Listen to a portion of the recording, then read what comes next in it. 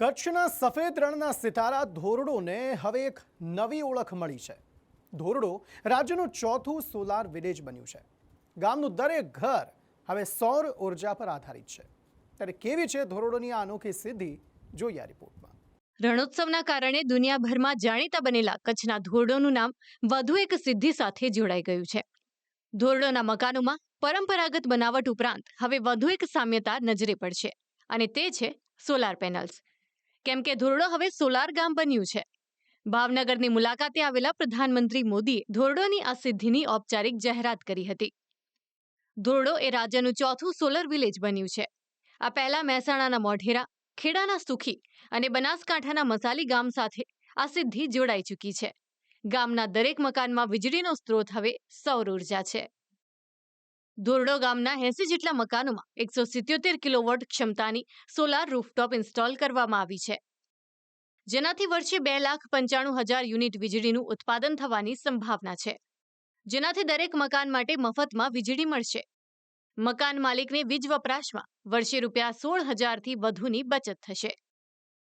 સાથે જ વધારાની વીજળી વેચીને ગ્રામજનો કુલ 13 લાખથી વધુની આવક રળી શકશે। 81 ઘરમાં લાઇટ જોડાણ હતો જીબીનું, એ બધા સોલાર થઈ ગયા છે। એના સિવાય પંચાયત ઘર છે, સ્કૂલ છે, કોમ્યુનિટી હોલ છે અને બીજી હોસ્પિટલો છે। જે કાંઈ ધોરડોમાં એના રહેઠાણ સિવાયના પણ જે હતા એના ઉપર પણ સોલાર લાગી ગયો છે। अभी पीएम सूर्योदय योजना जो चल रहा है उसका भी हमें लाभ मिला। जो धोरडो गांव है वो पीएम सूर्योदय योजना जो है मुफ्त बिजली, उसमें चौथे नंबर पे है हमारा धोरडो गांव। और पीएम सर का भी यही सपना है कि हर गांव में एक सोलार लगे। हमारे गांव की अगर बात करें तो धोरडो में टोटल 100% सोलार है। हमारे जितने भी घर हैं धोरडो में सब में सोलार लगा हुआ है।